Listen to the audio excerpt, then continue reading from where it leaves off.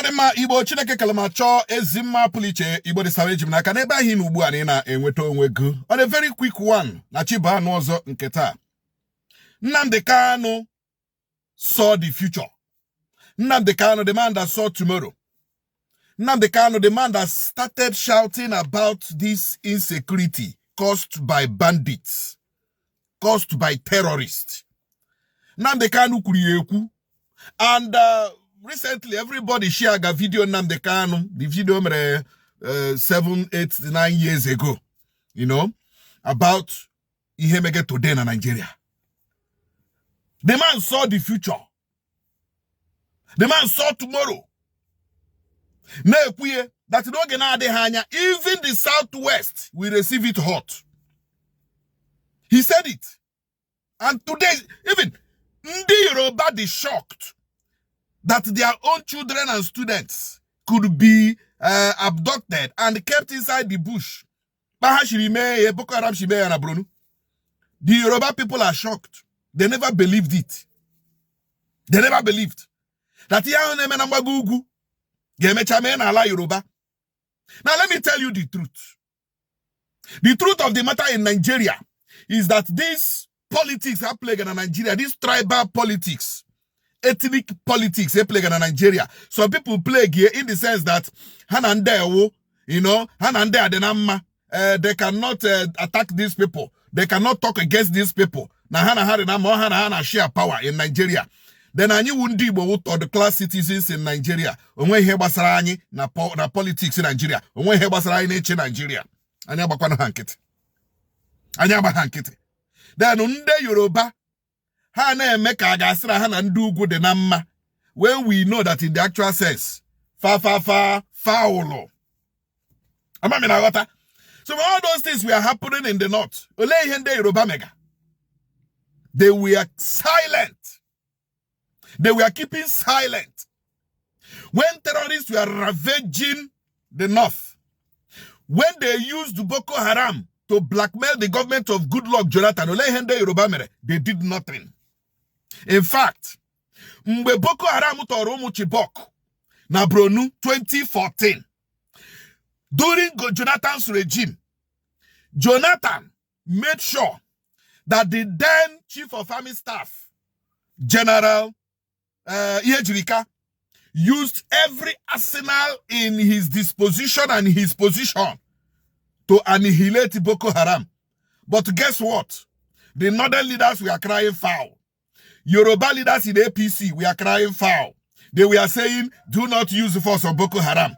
The Northerners we are saying they are their brothers, their prodigal sons, Ndega heroes. They will come back later. Do not use the force. Abala Hanike, Emelahi Vedi, Ebulaho, they will return. Haga heroes. They went astray. They are, they will come back. They were using every blackmail against Jonathan. They were using every blackmail so that Jonathan will not annihilate Boko Haram. Because they created it.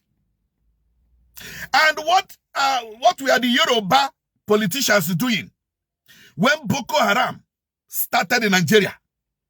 Because they belong to APC. Because they belong to the northern leaders that belong to APC. They were not doing anything about it. They were shouting, Fowler, Fowler, Fowler, because it was Goodluck Jonathan or because it was PDP. Today, that small child they have nurtured with milk has grown into an oversized adult that needed something more than milk. And who are the people bearing the brunt? The North, the Southwest. Problem I want to know and that is why this issue of insecurity will continue to linger. Because the leaders lack the political will. Because the leaders are complicit. Because the leaders are involved.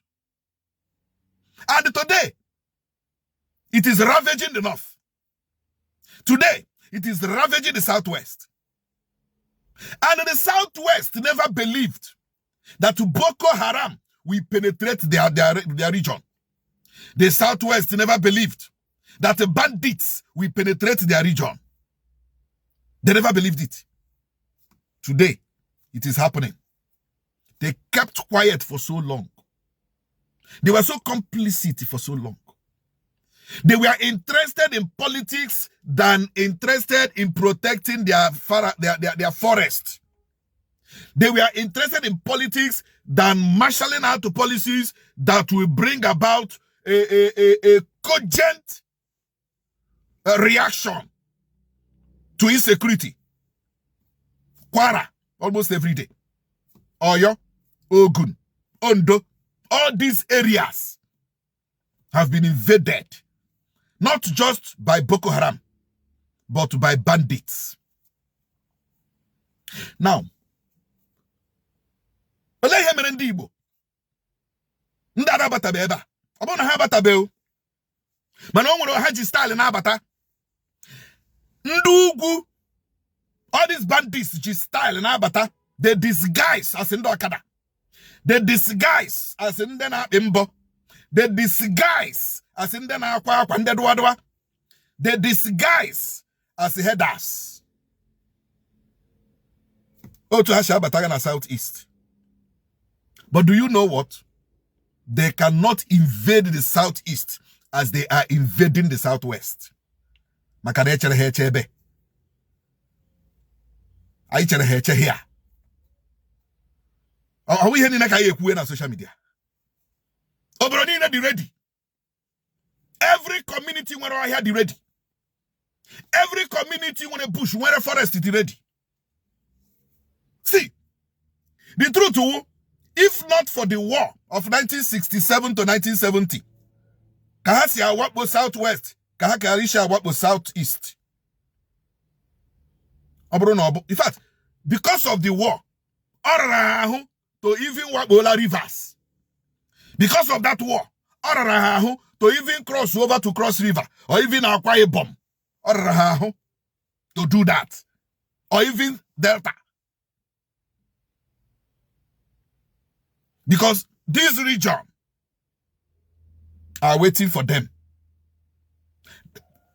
They can only operate in the north and operate in their twin brother, the Southwest. They can't come down here. See, the truth and the only truth in Nigeria would that in the Chigamonage are the people causing this insecurity. When they tell you that they cannot get a bandit that has been making videos, a bandit that has been sharing money on social media, a bandit that can go live, brandishing guns, brandishing AK-49, brandishing bombs, brandishing ammunitions. When they tell you they cannot get such a bandit, such a terrorist, my brother, know that they are involved. I am telling you. Harrison Gwamishu have a technology that can track these kidnappers. Individual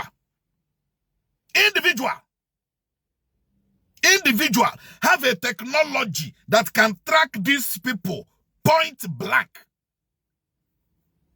Government doesn't have it. Police doesn't have it. Military doesn't have it. DSS enwe ihe na akrag. Onwe ihe na akushirigi. If Harrison can track kidnappers with the technology, as he got in on a DSS had the way of that technology, can they bring themselves down and call Harrison and say, Mune, please, Olebi should sutai heke. Mbakushiera ani. So that you can get it on fair. Can they do that? They can. Nigerian government can buy that technology 1 million times. Every security officer in Nigeria, if Nigeria wants, can have that technology 1 by 1. But do you know why they cannot go for that technology? Because Aka had there. Aka had the kidnapping and abductions and insecurity in this country. Aka had there. They cannot go for it. And you are telling me that this insecurity will stop? Ha! Insecurity Nigeria where be. Manobi de monto na libo eba. You put to head, you collect woto. You put to head, you collect. Nnamdi Kanu said it. Now, here we hear Nnamdi Kanu he were ESN and they blackmailed the ESN. Now they are not to oh here when I live today we ESN. Nnamdi Kanu saw the future and established ESN. Now, Sunday Boho is now forming his own security network to penetrate the forest of Yoruba land. Here we heard Nnamdi Kanu many years ago by forming ESN. But what did the government do? Blackmail. Propaganda. So what am I saying? Apart from every Igbo man, protect your home front. Every Igbo man, protect your home front. I have said it, and I will continue to say it, that we are not running away from our fatherland. And nobody can make us IDPs in our fatherland. Nobody. Protect your home front. Every community should have a different youth vigilante. We more here. Eke. No. Nambu. Ndekete Monday, ndekete Tuesday, ndekete Wednesday. And now we more here when every community, we more here when in a community, you know, that is the only place they can operate. Forest, bushes. That is the only place they can operate. A stitch in time saves 9. Ready, we are ready. Ada nguru dike n'aka mberede nyiri dike mana mberede ka eji ama dike mana mbasa amuru dike na mba ka amuru ibie. Nnamdi Kanu kwuru ihe na mbụ o mewegota onye nwere ntị ya nọrọ. Chekwa your home front, chekwa ezinụlọ gị. Ọ bụrụ na ị nweghị mma jee zụọ alaghala mma mụọ ya dowe. Zualagala mma nwere nke ntakịrị ndị ka small ihe a ya ezukwa maga ya na akpa ije wa ọgịga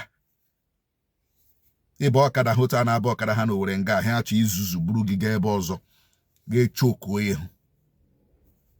That is security and that is self-defense. Amami na ghọta ebe m na-eje